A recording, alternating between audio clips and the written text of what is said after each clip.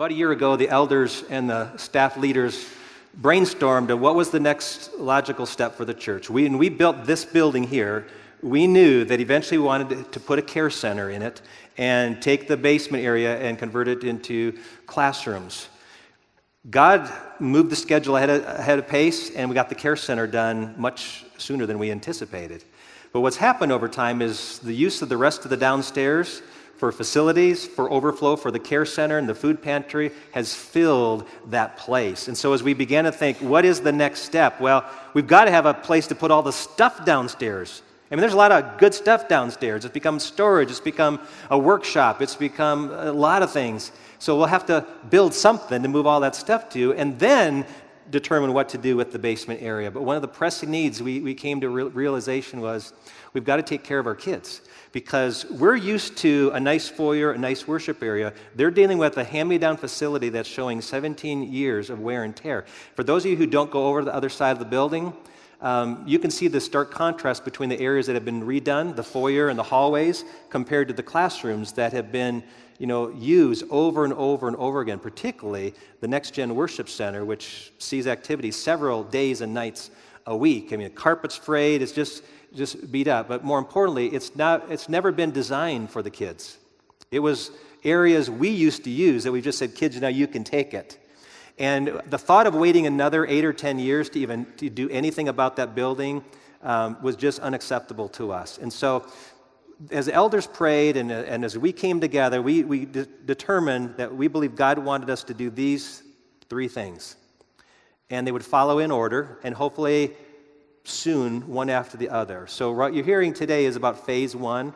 There is a phase 2 and a phase 3. Phase 1 is to renovate the ministry space in the Next Gen Center and the classrooms around it.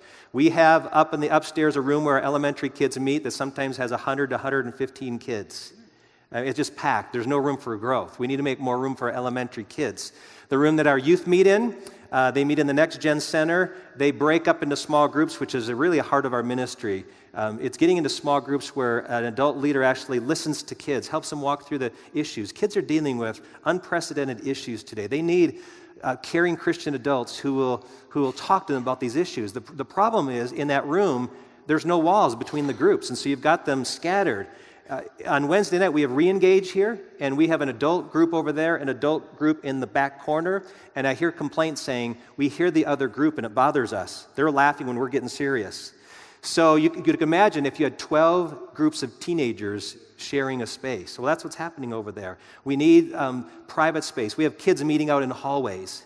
Just whatever place we can find to find some privacy. So it's not effective right now. They're using it as best we can, but we want to make it functional. And so here's the plan. The biggest part of that is to take that worship area, come in 15 feet on either side, put breakout rooms underneath, and classrooms and offices on the upper level, still keeping in the middle a gathering place where 250 people can come together and experience a large group meeting or worship. But more importantly, it would become a space designated for our kids and our youth. The eventual plan is that whole building over there is all for kids. And some of you know there's security issues in churches today. And even last Sunday, you guys don't know, last service, someone walked up, handed me an open pocket knife. Not a threat. He wasn't threatening me, but there are things happening frequently in churches where security is an issue. There will come a time when we will have those doors over there that we can't pass through unless you have a certain lanyard on or you are a parent dropping off a kid because of the sake of our children. That's phase 1, to renovate the area over there. Phase 2 is to build a building over on the side here, a standalone building that would become our care center, and on the backside will become a facilities operations building. The care center downstairs has maximized the space. They need more space. So our plan is to double the space for our food pantry, for our counseling services, and benevolent services. And really having a building by itself over here where people can drive in, park, and just see that will be so nice for them. Because downstairs then, we would take the current care center would be the entrance for our offices. We would move all of our staff offices out of that building, move them downstairs on one side, and on the other side have 3 large adult rooms that can be opened up into one very large adult meeting space. And so those are the 3 phases that we planned. Phase 1 is to do the Next Gen Center, and we are beginning it today, and hopefully we'll raise money by March of next year, begin construction in May, and be complete by the fall. So a year from now, we will be cutting the ribbon on that building for our children. So there's a lot of work. It's exciting. It's scary a little bit, but I'll tell you this. We had planned to roll this out back in March, and God said, wait, you're not ready. The church isn't ready. And so we've worked hours and hours of prayer, a lot of conversations. We've not even consulted with outside firms. Sometimes you can pay people $20,000, $30,000, $50,000 to come in and help you raise money. We said we're not going to do that. We're just going to pray, and we're going to ask God what to do. And so everything you're seeing is kind of homegrown. From all the banners. These banners, by the way, you need to go out in the foyer and look. It's 3,000 pictures of our church history combined together to make that mosaic. The videos that are being done, something we've never done before, to show our church history. The video architectural renderings you'll see out in the lobby are new, and they're very creative and allowing you to get a real picture on what God has put in our hearts to do for our kids for the future. The goal is to raise between $600,000 and $750,000 by that time, by March of next year, so we can build. And our commitment is always to build with what God gives us. We will not go into debt. So if we don't have it, we won't spend it. So you just need to know our elders are very committed. We're not raising the debt level of our church. If God doesn't give it through his people, we won't do it. That was our commitment with this building too. And God did it. God allowed us to have a wonderful facility. So, immeasurable impact for 62 years. I'm in what I believe is the start of the fourth quarter of my ministry life. When I look at it in years, it's kind of like a football game. I've already lived the first 3 quarters of my ministry life. I probably have another 10 years of full-time ministry left in me. And there's something about the fourth quarter that flips the switch. It makes you feel like, okay, game on. We've got to finish strong. And I want to get into the 70s of my life, looking backwards and saying, you know what? We did good. We stepped out in faith. We trusted God. We did a great thing. We're leaving the next generation a church that's in a really good place. You know, God has given us a plan, and we really believe this is the time, and we are the people to do it. We are actually in a really healthy place as a church. We have strong staff. We have strong elders. We have a great leadership within our volunteer ministries. We're healthy financially, and we believe God's saying to us, okay, now you're ready for the next step, and we're very excited about what God has in store for us. Remember that picture that was in the video? This picture we'll show you on the screen. This is one of the very first Sundays that the church met. Those families had no idea what God would do with their faith when they decided, let's plant a church in Colorado Springs in the South area that will minister to the military families and those in the bedroom community of security. They had no clue that they would reach thousands and thousands of people, send missionaries all over the world down the road. Yet they had enough faith to step out and say, let's start meeting, let's start praying, and look what God has done. They moved to a couple locations, bought a piece of property, built a building on Aspen Drive, extended it a couple times, and then you'll hear as we go through these video stories, move the whole campus over here. So we're going to move to a whole new location. We're actually going to change the church name and have church here. And then we expanded to this place, but we're not done. There's more space here. There's more opportunities, and we just believe God is stretching us again to the next place. And as Audrey and Steve shared with you, what we want most of all, this is not about finances as much as it is about faith and impact. When I look around this church, I see stories, I see people whose lives have been impacted by the church in phenomenal ways.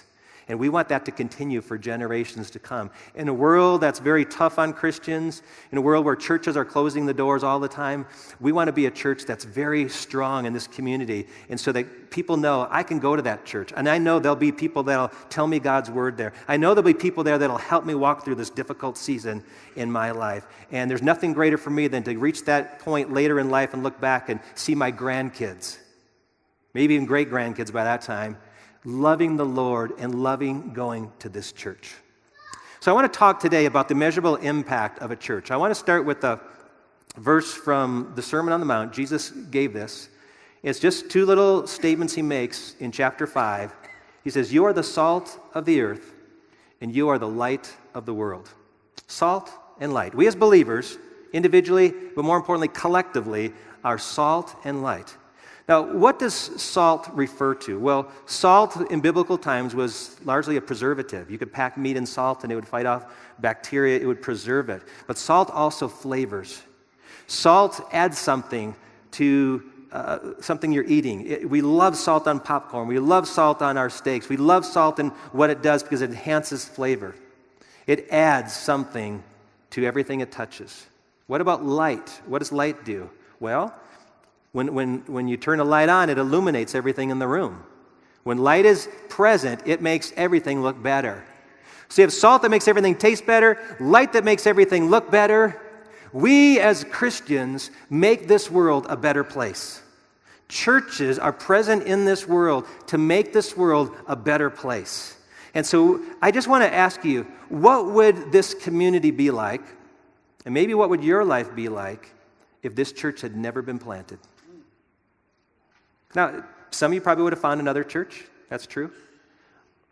But I'll promise you, there's some in this place who wouldn't be in church at all. When I think about what this church has meant to me and meant to so many families here, I think that the reason you stayed is because it's done something for you. The same thing it can do for people in the community. So when I think of the church being salt and light, I really want to talk from the perspective of what has it done for you? Because the same things it does for you, it offers to the people around us. So one of the things the church offers, one of the things the church gives to us is it becomes a second home. A second home. Many of us live in Colorado because we've been transplanted here. Military's dropped us off here. We've retired here. Business brought us here. For some reason, we've moved from the outside to Colorado Springs. A lot of us don't have extended family that live here. Our parents don't live here. Maybe our kids do because we do, but we got put here, and wherever you go, you need to find a place to connect. And when you came into this church, one of the comments I hear so often is, I felt welcomed when I came to this place. I grew up in a home that, honestly, I was thinking this week, I cannot think of a single fond memory in my home. There's nothing that stirs up warm emotions, nothing that makes me long for the days of old. My home was a place just to survive. I had a bedroom. There was a lot of tension in the house, a lot of clutter in the house, a lot of people in the house, a lot of vulgarity in the house, and it was a place where I would go, eat, sleep, get out until I graduated. And then, but I'll tell you this, when in high school, I got invited to a youth group. It was in a Methodist church, and in the third floor of this Methodist church, there was a building way in the back, in the top, and it became known as the youth room. And the church told the youth leader that he could paint the room however he wanted to for the youth. So he was an artist, and he painted all these psychedelic doors all around the room on the walls. And then he put furniture in it, like old couches and things. And that was the youth room.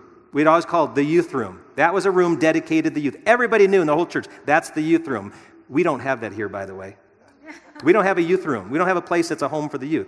But I did as a kid. And for 4 years of high school, that's where I hung out. That's where we had Bible study. That's where we sang praises to God. That's where we would do fun activities, up in that youth room. And I found that church became a home to me because I walk in the door and kids would actually hug me, tell me they were glad to see me. Nobody was cussing. Nobody was yelling. It was just a good place to be. And the church became a home. And it's been that way ever since. The churches I've been part of has been a second home for me. In many ways, I would say it's the first home, the best home, the home that I love to come to. Whether I'm preaching or leading anything, I love being around the church family. And I love to watch so many of you when you're in the foyer, you're hugging. Sometimes you give a kiss on the cheek. You're talking kindly to one another. Where else in this world will you find people of different ethnic backgrounds, of different economic classes, different ages, different occupations, different political views, even different sports teams, though this one's heavily biased toward one. And yet you sit side by side with one another, and you talk to one another, and you love it. Where else do you go in the culture to find something like that than the church? God has put together such a mix of people in this thing we call the church family, and it's always been that way. One of the things I love to watch in a church is I see some people who I know our society would consider outcasts. It's that guy who just doesn't seem to fit in. It's that girl that just never married and she's by herself. It's that older person who lost their loved one and they feel very lonely. And yet when they come to this place, all of a sudden they discover a family. And the church becomes home to them. And maybe the church has been home to you. I wonder what we'd be missing if this church wasn't here. It's a second home. Here's another thing the church has done. I've seen this over and over. It makes us better people. It makes me a better person. Many of us came to church because we reached a point in life where we said, I've got something going on in my life inside that I can't find help for. I don't know how to fix. I'm broken. I'm wounded. I don't know how to deal with this issue. And when your car is broken, where do you take it? The mechanic, right? Take it to a mechanic. That's where you take a broken car. If your body's broken, where do you take it? Go to the hospital or go to the doctor. It just makes sense. Where do you go when your spirit's broken? Where do you go when your heart is crushed? Where do you go? There's not many places. Now, if you have a healthy home, maybe that's it, but most of us don't have that place. Where else do you go? Many of you came to church because you were at a place of life where you said, something's broken in here, and I think maybe God can help me. I think maybe if I could get to a church, they could tell me something about God.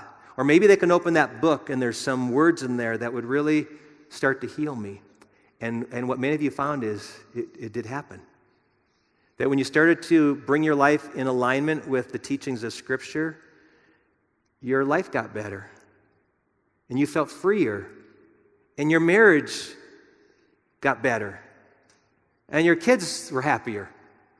And you found that God was doing something in you that was remarkable. Now, I will not say that the church is full of perfect people by any means. People look at the church and go, oh, man, you got people with all kinds of problems. I go, duh. I go to Memorial Hospital, and if I walk around, I go, this place is full of sick people.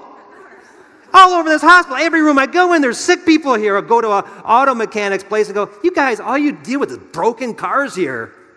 You know, yeah, we deal with broken people at churches. If you see some problems, that's why we're in church. That's why we're here. I've got stuff in me. I've got junk in me. I've got issues that I need help with. And you know, when you get healthier, you get happier. And when you get happier, guess what happens to the people around you? They get happier too. See, one of the things I think church is so good at is people come in, get a little boost, little repair. They're not perfect, but they go back out into their homes, into their schools, into their businesses, in their neighborhoods, and they make them better. They make them better. You make your house better. You make your neighborhood better. You make your place of employment better. You make your school better because you're there and because of what God's doing in your heart. See, when the Holy Spirit comes in, starts to replace the selfish nature and gives us love for others and joy and peace and patience, kindness, faithfulness, gentleness, and self-control. See, the church teaches things that you typically don't hear outside the church. Things that sound countercultural, like it's better to give than receive. You should put others before yourself. You live by dying. I mean, we hear these things that seem contradictory. It's in the church where we realize that your worth is not based on how you look or how you feel or what other people say. Your worth is inherent because God made you in His image. And so you have value for the fact that you are made by a creator God who thinks you're awesome. And you are loved right where you are. You don't have to earn it. You don't have to validate it. You don't have to measure up to something to be loved. You are loved. And so because of that, it does something inside. We become better. And then we leave here and we are filled with goodness. Makes us better people. And then the third thing I think the church does that's very amazing is it offers us a hope and a purpose. Offers us a hope and a purpose. When I think of this imagery of the light,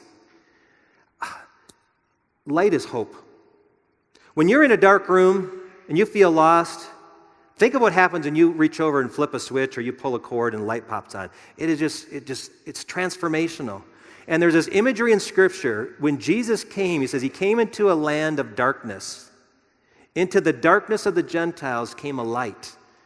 And then he tells us that we are the light. We are the light in a world that's very dark. Turn on the TV. What do you hear? Negativity. Everything's falling apart. Everything's in crisis. I mean, a politician recently said America never has been great, and it's not great. It's doubtful it'll ever be great. You hear about suicides. You hear about drug addiction. You hear about marriages aren't working. You hear all this stuff constantly. Bad news. Everything's disastrous. And then the light switches on.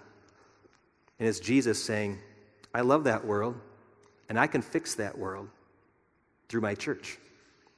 And through people like us, we aren't just holding on to a thread saying, if I can just get through this life, I can get into the next one.